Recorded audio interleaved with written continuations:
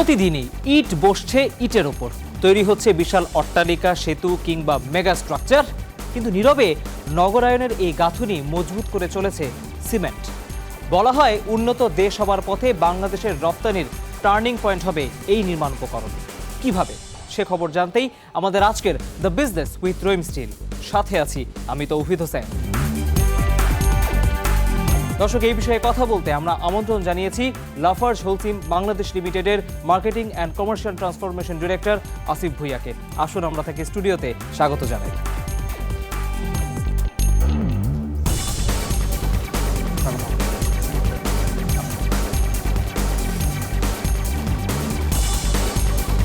ধন্যবাদ আসিফ ভুইয়া। আজকে আমরা আপনার কাছ থেকে সিমেন্টের আদ্যপান্ত জানবো, সিমেন্টের বাজার কেমন, রফতানি কিরকম, সবকিছু জানবো। কিন্তু তার আগে আমাদের হাতে একটি প্রতিবেদন আছে, প্রতিবেদনটি দেখে আমরা আলোচনায় ফিরবো। দর্শক, আমরা সেই প্রতিবেদনটি আগে দেখে নিতে চাই। সিমেন্ট বিশ্বের অন্যতম প্রধান নির্মাণ সামগ্রী। রোমান সাম্রাজ্য থেকে শুরু করে আধুনিক যুগ, সবসময়ই নগরায়নের মূল ভিত তৈরি হয়েছে এই উপাদান দিয়ে। আকাশছোঁয়া স্কাই স্ক্র্যাপার, সেতু কিংবা সড়ক নির্মাণের অন্যতম অনুষঙ্গ এই সিমেন্ট। সিমেন্ট তৈরির মূল কাঁচামাল ক্লিংকার মেলে বিশ্বের প্রায় সব প্রান্তে। তাই যখনই নতুন জনপদের গোড়াপত্তন হয়েছে, তার সাথে পাল্লা দিয়ে বেড়েছে এর চাহিদা। এর মধ্যে সবচেয়ে বেশি চাহিদা পোর্টল্যান্ড সিমেন্টের। 2016 সালে মোটায়ের 90% যোগান দিয়েছে এই উপকরণ। পাশাপাশি বিশ্বের চাহিদা আছে দ্রুত জমাট, পোজোলানা ও ব্লাস্ট ফার্নেস সিমেন্টের।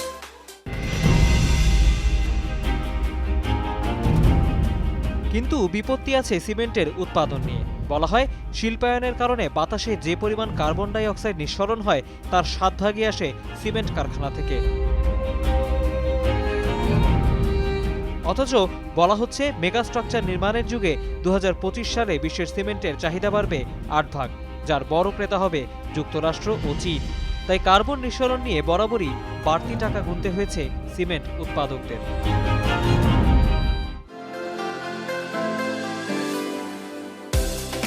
সমাধান এনেছে সুইডিশ কোম্পানি ক্লাইমন। সিমেন্ট কারখানার বিভিন্ন অংশ থেকে নির্গত ধোঁয়া থেকে বিদ্যুৎ উৎপাদন করে কোম্পানিটি। এজন্য নতুন প্রজন্মের হিট পাওয়ার সিস্টেম তৈরি করেছে সংস্থাটি।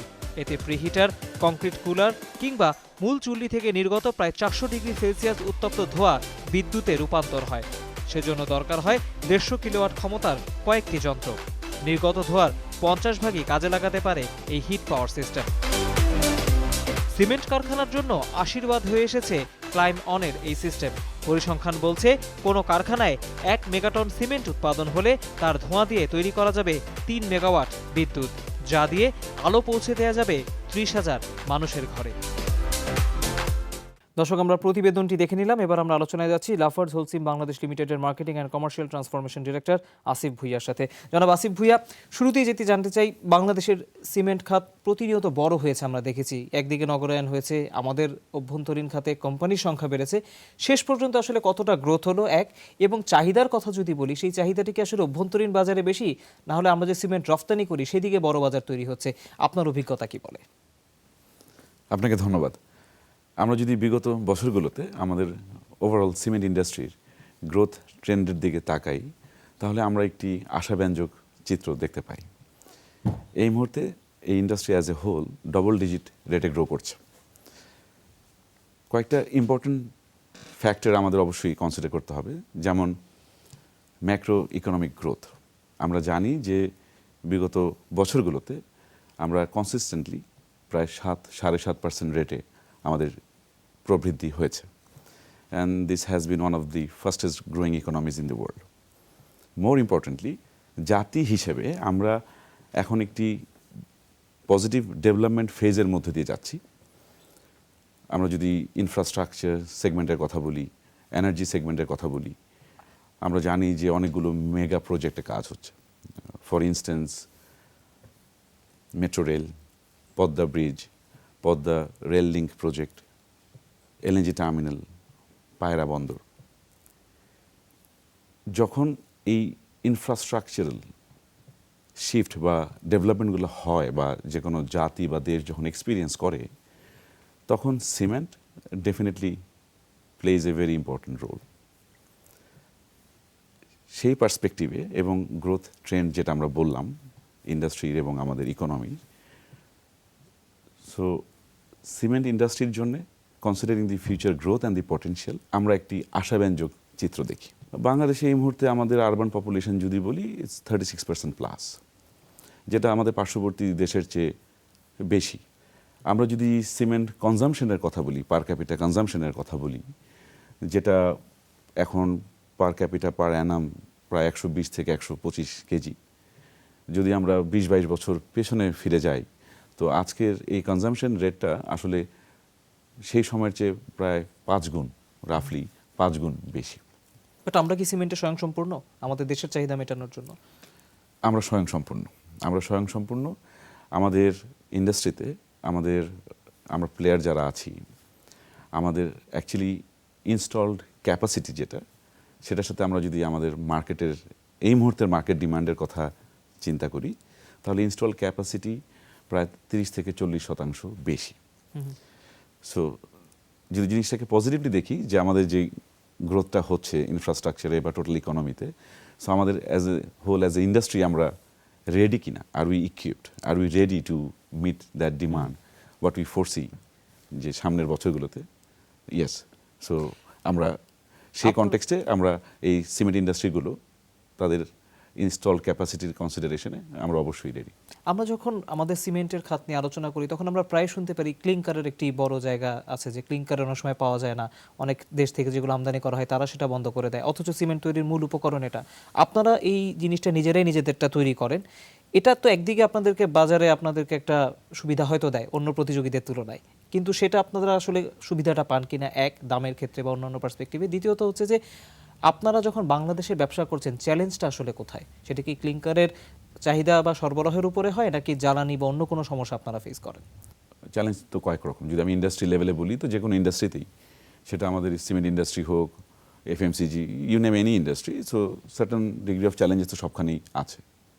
সিমেন্টের উপকরণের ক্লিংকার যদি বলি, বা জিপসাম, লাইমস্টোন, স্ল্যাগ, অধিকাংশ জিনিসই কিন্তু আসলে ইম্পোর্টের উপরে আমাদের ডিপেন্ড করতে হয়। আমি ইন্ডাস্ট্রি বলছি। ইম্পোর্টের ক্ষেত্রে যখন নির্ভর করতে হয়, সো তখন একটা ব্যাপার থাকে আপনার source of the raw materials. সোর্সিংটা, quality sourcing and consistent sourcing হওয়াটা জরুরি, বিকজ দ্যাট অলসো ডিটারমাইন্স যে কোয়ালিটি অফ দি প্রোডাক্ট। আন্তর্জাতিক বাজারে এই সমস্ত র ম্যাটেরিয়ালসের প্রাইস বৃদ্ধি কম বা বেশি হওয়ার উপরে কিন্তু আসলে বাজার মার্কেট প্রাইসটা কি হবে সিমেন্টের ব্যাগের, সেটা কিন্তু অনেক ইম্প্যাক্ট করে। এবং ভোক্তা সাধারণের যে চাহিদা, সো চাহিদা মোতাবেক আমরা তাদের কাছে আমাদের প্রোডাক্টটা পৌঁছেও দিতে পারি। So definitely these are certain benefits, যেটা আমরা আমাদের ইন্টিগ্রেটেড সিস্টেমের মাধ্যমে আমরা জিনিসটাকে স্টাবলিশ করতে পেরেছি। জনাব আসিফ ভাই, আমরা আবার আপনার সাথে আলোচনায় পড়ব, কিন্তু আমাদের একটি বিরতি নিতে হচ্ছে, তারপর আমরা ফিরবো। দর্শক, দ্য বিজনেস উইথ রহিম স্টিলে কিন্তু সিমেন্টের আদ্যপান্ত জানাচ্ছি আমরা। একটি বিরতির পর আবারও ফিরবো, আমাদের সাথেই থাকুন।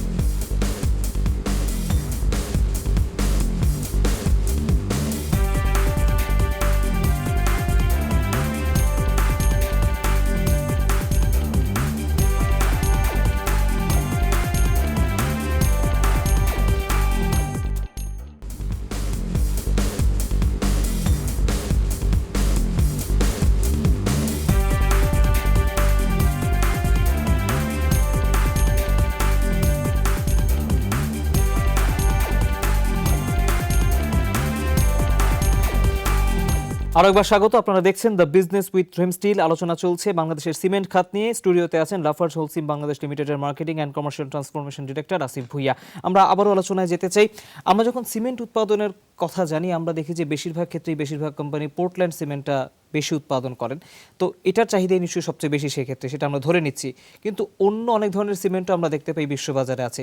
সেই ধরনের কোনো সিমেন্ট উৎপাদনের আসলে সুযোগ বাংলাদেশে আছে কিনা, আপনারা করবেন কিনা? লাফার্জ হোলসিম গ্রুপ, আপনি হয়তো জানবেন যে leading building material and solution company, এবং আমাদের প্রায় 120 বছরের বেশি অভিজ্ঞতা, এবং এই মুহূর্তে আমরা প্রায় 80টিরও বেশি দেশে অপারেট করছি। প্রসঙ্গটার অবতারণা করলাম এই কারণে যে আমি এই মুহূর্তে আমাদের বাংলাদেশে আমাদের যদি ভোক্তা সাধারণের ওনাদের চাহিদার কথা চিন্তা করি, এবং ওটা চিন্তা করেই কিন্তু এখন সময় যে মাল্টিপারপাস সিমেন্ট থেকে স্পেশালিটি সিমেন্টে যাওয়া, ভোক্তার চাহিদাকে আরও ভালোভাবে বোঝার যে প্রয়াস, সেখান থেকে আসলে আমরা প্লাস্টারিং, শুধু প্লাস্টারিংয়ের জন্য আমরা একটা স্পেশালিটি সিমেন্ট লঞ্চ করেছি বাংলাদেশে, প্লাস্টার ক্রিট নামে। মোটামুটি একই সময়ে কিছুটা আগে আমরা সয়েল স্টেবিলাইজেশনের জন্য আরেকটি স্পেশাল সিমেন্ট আমরা বাজারে এনেছি, যেটা বললাম যে ভোক্তা সাধারণের কথা চিন্তা করি। এবং আমাদের state of the earth research and development centre যেটা আছে লিওন ফ্রান্সে, প্লাস আমাদের লোকাল এক্সপার্টাইজ, এই দুটো ক্ষেত্রের কোলাবোরেশনের মাধ্যমেই আমরা এই জিনিসগুলো করেছি। এবং আমি ব্যক্তিগতভাবে বিশ্বাস করি আমাদের সম্মানিত অন্যান্য প্লেয়ার যারা আছেন এই ইন্ডাস্ট্রিতে, তারাও জিনিসটা অবগত আছেন। আমরা যেটা দেখি সেটা হচ্ছে যে বাংলাদেশের রিয়েল এস্টেট সেক্টর যতটা দ্রুত গতিতে চলছিল এখন ততটা দ্রুত গতিতে চলছে না। তাহলে এই সিমেন্ট বা স্পেশালাইজড সিমেন্টের জন্য আসলে বড় বাজার যতটা আপনারা এক্সপেক্ট করেন ততটা আপনারা পাচ্ছেন কিনা রিয়েল এস্টেট সেক্টর যদি বাংলাদেশে আমরা চিন্তা করি? ঠিক আছে, রিয়েল এস্টেট সেক্টরগুলো বিগত বছরগুলোতে as compare to the previous years সেরকম হয়তো গ্রোথ ট্রেন্ডটা একটু স্থিমিত হয়ে গেছে। But the fact of the batter is, আপনি যেটা একটু আগে আমরা আলাপ করছিলাম আরবানাইজেশনের ব্যাপারটা যেটা বলছিলাম, প্লাস আপনি যদি যান গ্রামের দিকে, যদি যান একটু আউটস্কার্টে, ওখানে কিন্তু দেখবেন আপনার যে পাকা বাড়ির সংখ্যা কিন্তু কম নেই, সেটাও কিন্তু আস্তে আস্তে হচ্ছে, বিকজ সবই তো আসলে ডিপেন্ড করে ক্রয় ক্ষমতার উপরে। আরেকটা বড় জিনিস যেটা ইনফ্রাস্ট্রাকচারাল বা এনার্জি সেক্টরের যে মেগা প্রজেক্টগুলো বলছি, যেটা প্রায় 45 to 50 billion dollar projects. So real estate growth রেটটা যদি একটু স্থিমিত হয়ে যায়, যেহেতু ইকোনমিতে আমরা একটি ভেরি পজিটিভ গ্রোথ এক্সপিরিয়েন্স করছি, সো সিমেন্টের এই চাহিদাটা আমাদের বাড়বে গ্লোবালি। হয়তো 6-7% রেটে আমরা প্রজেক্ট করছি 2025 সাল নাগাদ গ্রোথ ট্রেন্ডটা কন্টিনিউ করবে। বাট আপনি যদি আমাদের এই মার্কেটটা দেখেন, which is definitely higher than the global trend. আমরা যখন আলোচনা করি বাংলাদেশের সিমেন্ট খাত নিয়ে, আপনারা বলছেন যে আপনারা নতুন নতুন প্রোডাক্ট তৈরি করছেন, আরও বাংলাদেশের বাজারে চাহিদাও বাড়ছে, নতুন কোনো অ্যাডিশনাল ইউনিট আসলে আপনাদের আসছে কিনা? কারণ এটাও একটা ফার্দার ইনভেস্টমেন্টের প্রশ্ন, সেই বিনিয়োগের বড় বাজারটা আসলে আপনারা দেখেন কিনা বাংলাদেশে এই মুহূর্তে? লাফার্জ হচ্ছে বাংলাদেশ সোফার গত 2 দশকে আমাদের অলমোস্ট আমরা $500 million আমরা ইনভেস্ট করেছি, এবং ডেফিনেটলি আমাদের আরও ফার্দার ইনভেস্টমেন্ট প্ল্যান আছে, আমরা এক্সপ্লোর করছি। We are open to the ideas, but definitely এটা অনেকগুলো ফ্যাক্টরের উপরে নির্ভরশীল। আমরা বাংলাদেশের সিমেন্ট কোম্পানিগুলোকে দেখি একটু অন্যান্য সেক্টরের তুলনায় তারা একটু ডিফারেন্ট। এই যেমন আমরা দেখি কর্পোরেট সোশ্যাল রেসপন্সিবিলিটি বা সিএসআর মেনটেন করার ক্ষেত্রে তারা একটা বড় রোল প্লে করার চেষ্টা করে।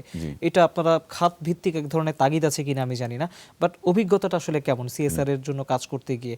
আপনারা কোন সেক্টরটাকে প্রায়োরিটি দিচ্ছেন?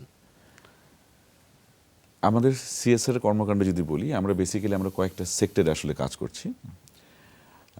একটা হচ্ছে community development, infrastructure, education, women empowerment. November মাসেই আমাদের ছাতকে, আমাদের প্ল্যান্ট থেকে প্রায় 12-13 কিলোমিটার দূরে একটা জায়গা আছে গোয়ালা বাজার, সো যেখানে একটা খালের মতো আছে। বছরের অধিকাংশ সময়ই পার্টিকুলারলি বর্ষা মৌসুমে পুরা পানি থাকে। ওখানে যারা বাসিন্দারা আছেন তাদের প্রাত্যহিক জীবনে এটা একটি দুর্বিষহ একটা তাদের সমস্যা। আমরা আসলে যেটা করেছি কমিউনিটি ডেভেলপমেন্টের আলোকে আমরা ওখানে একটা ব্রিজ করে দিয়েছি। আমি একটু ইন্টারাপ্ট করতে চাই, সেটা হচ্ছে যারা নির্মাণ সামগ্রী আপনারা তৈরি করছেন, সিমেন্ট বলি, রড বলি, তারা সবাই একটি কথা বলেন যে আমাদের নির্মাণ শ্রমিকদের দক্ষতা বাড়ানোর জন্য কিছু উদ্যোগ নেওয়া দরকার, কিছু প্রশিক্ষণ দরকার। এটি নিয়ে আসলে কোনো কাজ করার জায়গা আছে কিনা? আপনারা আপনাদের সিমেন্ট খাত থেকে আসলে কেমন দেখেন এই পরিবেশটা? আমাদের দেশে এই মুহূর্তে প্রায় নির্মাণ শিল্পে প্রায় 3.5 মিলিয়ন, প্রায় 35 লাখ লোক কর্মরত আছেন। টোটাল লেবার ফোর্সের প্রায় 4-4.5%। প্রতি বছরই আনফর্চুনেটলি প্রায় 100 জন শ্রমিক কর্মক্ষেত্রে ওনাদের প্রাণ দিতে হয়েছে। সো প্রশিক্ষণ তো একটা জিনিস, প্রশিক্ষণের সাথে সাথেও আমরা যেটা করার চেষ্টা করছি সেটা হচ্ছে যে সেফটি অ্যাওয়ারনেস বা এই কনস্ট্রাকশন শিল্পে সেফটিটাকে আরও ভালোভাবে কিভাবে আমরা প্রমোট করতে পারি, তো সেটার জন্যে আমরা already we are engaging ourself into dialogues with certain stakeholders. 2018-তে আমরা করেছি, 2019 এবং পরবর্তীতেও আমাদের অবশ্যই সেই প্ল্যানটা আছে। আমরা আবার আলোচনায় ফিরবো জনাব আসিফ ভাই, কিন্তু আমাদেরকে আরেকটি বিরতি নিয়ে নিতে হচ্ছে। দর্শক, আমরা কিন্তু সিমেন্ট খাত নিয়ে অনেক নতুন কিছু জানছি, আমরা আবার আলোচনায় ফিরবো, তবে একটি বিরতির পর আমাদের সাথে থাকুন।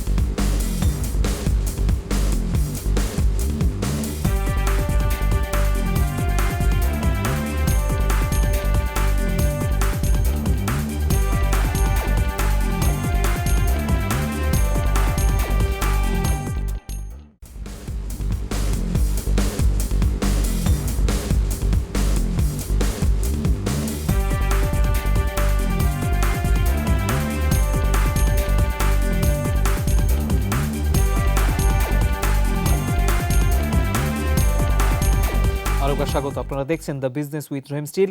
আলোচনা চলছে লাফার্জ হোলসিম বাংলাদেশ লিমিটেডের marketing and commercial transformation director Asif ভুইয়ার সাথে। আমরা এতক্ষণ খাত সম্পর্কে জানলাম, আমরা একটু আপনার সম্পর্কে জানতে চাই। আমরা 10টা র্যাপিড ফায়ার প্রশ্ন করবো আপনাকে, আপনি যদি প্রস্তুত থাকেন আমরা শুরু করব। জি। আপনি ভোরে ওঠেন নাকি রাত জাগেন? রাত জাগি। আপনার ফোনের পছন্দের 3টি অ্যাপ? হোয়াটসঅ্যাপ, ভাইবার, ফেসবুক। আপনাকে নিয়ে মানুষের কোনো একটা ভুল ধারণা যেটা আপনি ভাঙতে চান? আমি খুবই ইল টেম্পার্ড। আপনি একটা এলিভেটরে উঠলেন, উঠিয়ে দেখলেন বিল গেটস এবং জ্যাক মা দাঁড়িয়ে আছেন, আপনার ফার্স্ট রিয়াকশন কি হবে? ওয়াও। তাদেরকে প্রথম কি বলবেন? আমি আসলে মনে কিছু বলতে পারবো, because I will be stirring at them. আপনাকে কি বা কে সবচেয়ে বেশি মোটিভেট করে? এখানে আসলে একটা দুইটা নামে মানে স্ট্রেট কাট আনসার দেওয়া যাবে না। আমি যদি প্রফেশনাল মোটিভেশনের কথা বলি, সো আমার চাকরি জীবনের এরকম 2-3 জন অবশ্যই আছেন। সো সেগুলোর ক্ষেত্রে আসলে ওনাদের 2-3 জনের কথা বা ওনাদের নামটাই আমার সবচেয়ে আগে মনে হয়। আপনি যখন কোনো নতুন সিভি দেখেন, কাউকে রিক্রুট করতে যাচ্ছেন, নতুন একটা সিভি পেলেন, সিভিতে সবার আগে কোন জিনিসটা দেখেন? আমি দেখি যে whether he or she is the best fit for the role or not. আপনি তো বস, বস হবার সবচেয়ে বড় বিপদ কোনটি? বস হওয়ার সবচেয়ে বড় বিপদ হচ্ছে যে আমার টিম মেম্বাররা মনে করে যে বসের আসলে কোনো কাজ নেই। দ্য অনলি রিজন ইজ আমি যখন আমার ক্যারিয়ারের 10-15-20 বছর আগে, সো আমি আসলে সেরকম মনে করতাম। বাংলাদেশের কর্পোরেট ট্রেন্ডের ভিতরে কোন জিনিসটা আপনার সবচেয়ে বেশি অপছন্দ? ব্যাকবাইটিং। আপনি ছোটবেলায় কি হতে চেয়েছিলেন? অনেক কিছু। একদম ছোটবেলায় আমি ড্রাইভার হতে চেয়েছিলাম, বিকজ গাড়ি চালাতে সেটা একটা ফ্যাসিনেশন ছিল যে বড় হয়ে ড্রাইভার হব। মাঝখানে ট্রাফিক পুলিশও হতে চেয়েছিলাম, মেরিনার হতে চেয়েছিলাম, আর্মিতে যেতে চেয়েছিলাম। তো মোটামুটি যখন ইন্টারমিডিয়েট পরীক্ষার সময় বা পরে, তখন মনে হলো যে না, জেনারেল লাইন বা কর্পোরেট, বিকজ ওই সময়টা আসলে কর্পোরেট এই জিনিসটা অনেকটুকু নতুন ছিল আমাদের দেশে। তো মনে হয়েছিল যে না, এরকম হলে বোধহয় খারাপ হয় না। বাংলাদেশের সবচেয়ে পজিটিভ এবং বাংলাদেশের সবচেয়ে নেগেটিভ জিনিস কোনটা আপনার চোখে? আসলে ওভারঅল গ্রোথ আমরা যদি দেখি, যে আমরা উই ক্যান ক্লিয়ারলি সি যে গত 8-10 বছরে উই আর গেটিং ইনটু আর we are embarking ourself to a new journey. So সেটা ইজ ভেরি হার্টনিং। আর যদি নেগেটিভ বলি বা একটু মন খারাপ করা বিষয় যদি বলি, সেটা হচ্ছে যে আসলে আমাদের ইন জেনারেল যা আছে তা নিয়ে আমরা খুশি না। আমরা সবসময় বেশি পেতে চাই। There is nothing wrong, but আসলে কম্পেয়ার করা উচিত তাদের সাথে যাদের অতটুকুই নেই যতটুকু আমাদের আছে। So that will give us some motivation to move on. আমরা র্যাপিড ফায়ার অংশটি শেষ করলাম, চমৎকার লেগেছে আপনার সাথে র্যাপিড ফায়ারের অংশটি আমরা এনজয় করেছি। এবার আমরা একটু আবারও মূল আলোচনায় যেতে চাই। সেটি হচ্ছে যে আপনারা তো প্রচুর ওয়ার্কফ্লোকে রিক্রুট করেন, বিভিন্ন সময় তাদের সাথে আপনাদের কথা হয়, দেখা হয়, তাদেরকে আপনারা পর্যালোচনা করেন। কেমন ওয়ার্কফোর্স আসলে আমরা পাচ্ছি? যে গ্র্যাজুয়েটরা বের হচ্ছে এই মানে বাজারের জন্য, কর্মক্ষেত্রের জন্য, তারা আসলে কতটা প্রস্তুত হচ্ছে কি মনে হয়? আমার পার্সোনাল ভিউ যদি বলি, অ্যান্ড উইথ ফুল কনভিকশন, সেটা হচ্ছে যে আমাদের যে young generation, I suppose you are referring to them, যারা জব মার্কেটে আসছে, so they are very good, undoubtedly they are very good. So আমাদের একটা ট্যালেন্ট পুল আছে, আমাদের ভালো ভালো ইউনিভার্সিটি থেকে ভালো ভালো গ্র্যাজুয়েটরা বের হচ্ছে। সো আই এম শিওর যে তাদের পছন্দ মোতাবেক কোম্পানিতে বা ডিফারেন্ট সেক্টরে দে আর এমপ্লয়িং দেমসেলস। সো আমাদের পটেনশিয়াল বা আমাদের ক্যাপাবিলিটি কিন্তু আসলে অন্যান্য কোনো দেশের চেয়েও কম না। And any last comment regarding them, আমরা 10 বছর পরের চাকরির বাজারটা কেমন দেখেন, তারপরে আমরা আজকের আয়োজন শেষ করব। কম্পিটিটিভনেস কিন্তু আসলে প্রতিদিনই বাড়ছে, প্রতিদিন, সপ্তাহ, মাস বা বছর। সো আনডাউটেডলি অনেক কম্পিটিটিভ হবে, বাট আমি ফোরসি করি যে আরও কিছু কিছু ইন্ডাস্ট্রি বা কিছু কিছু সেক্টর যেটা এখনও তাদের ফুল পটেনশিয়ালে যায়নি, সো সেই সেক্টরগুলো বড় হবে। সো এখনকার যারা জেনারেশন, এখন যারা চাকরিতে আছে ইনক্লুডিং মি, বা এখন যারা নতুন জব মার্কেটে ঢুকছে, সো আই উড বিলিভ যে তাদের আরও ডিফারেন্ট অপশন থাকবে to make their call and to make their choice. যেমন বাসিফ ভাই, আজকে আপনি আমাদেরকে সময় দিয়েছেন, সেজন্য আপনাকে অনেক ধন্যবাদ। আমাদের আয়োজন আজকে শেষ করতে হচ্ছে। আপনাকে ধন্যবাদ। দর্শক, আমরা বাংলাদেশের সিমেন্ট খাত নিয়ে আলোচনা করলাম। এটি কিন্তু নীরব এক ধরনের বিপ্লব করে যাচ্ছে বাংলাদেশে। আমরা আমাদের আশেপাশে যে ভবনটি দেখি বা যতটা স্থাপনা দেখি, এই সিমেন্টকে ঘিরেই কিন্তু সেই অবকাঠামো বা সেই নগরায়ন কিন্তু গড়ে উঠেছে। এর পেছনের গল্পটা আমরা আপনাদেরকে জানানোর চেষ্টা করেছি। আশা করি আপনারা আপনাদের প্রশ্নের জবাব পেয়েছেন। আজকের আয়োজন এতটুকুই। এতক্ষণ যারা আমাদের সাথে ছিলেন তাদের সবাইকে অনেক ধন্যবাদ।